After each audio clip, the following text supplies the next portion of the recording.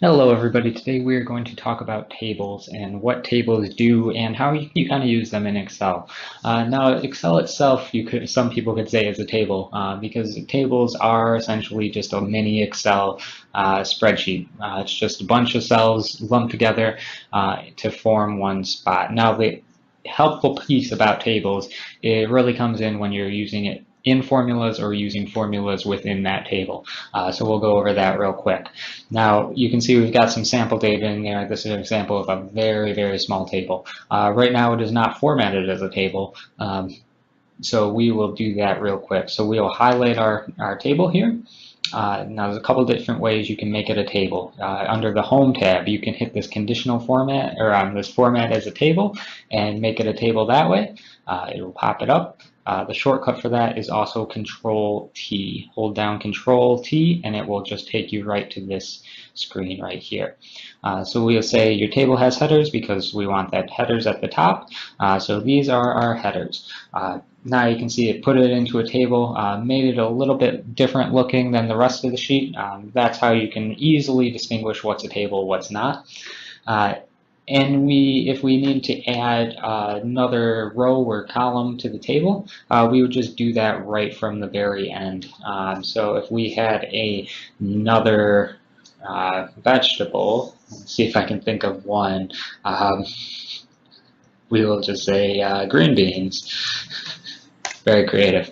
We'll say we planted 3 plants of that and you get 1 pound of green beans per plant. Now, caveat, I'm not a gardener. I don't know if these make sense. Purely informational for this point.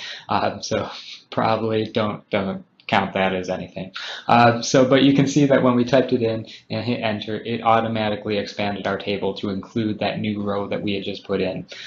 Similarly with a column, production. If we put something in there, hit enter, it automatically expands the column. Now we're going to see how it actually works with using formulas and what the benefit is of having a table. So we're going to give us our production, so it's just going to be our number of plants times the pounds per plant. Now you can notice it did not reference the cells when we put this into the formula. It referenced the column in the table. Now that's important to note, and you'll see that in a second, because it's not referencing C4, it's referencing the plants column within that table. So when we hit enter, it's just going to automatically put that filter all the way down our table for us. Then you'll notice that they're all the same because it's all just going to reference the plants column for the row that you are on times the pounds per plant column for the row that you are on. So you can see it automatically just puts all in there, makes it super easy and super convenient to just do some automatic formulas. And then when we put in another vegetable, I don't eat vegetables, so we'll just say that we have corn too. And we have 1 plant of that, and this one's a really great plant, so it produces 5.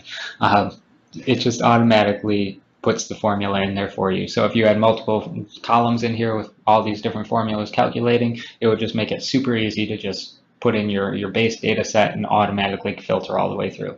Hopefully that helps you guys out and you find that tables can be very useful in kind of organizing. And if you watch some of the other videos, we'll talk about how you can use tables helpful in referencing from formulas that you're putting elsewhere in your document.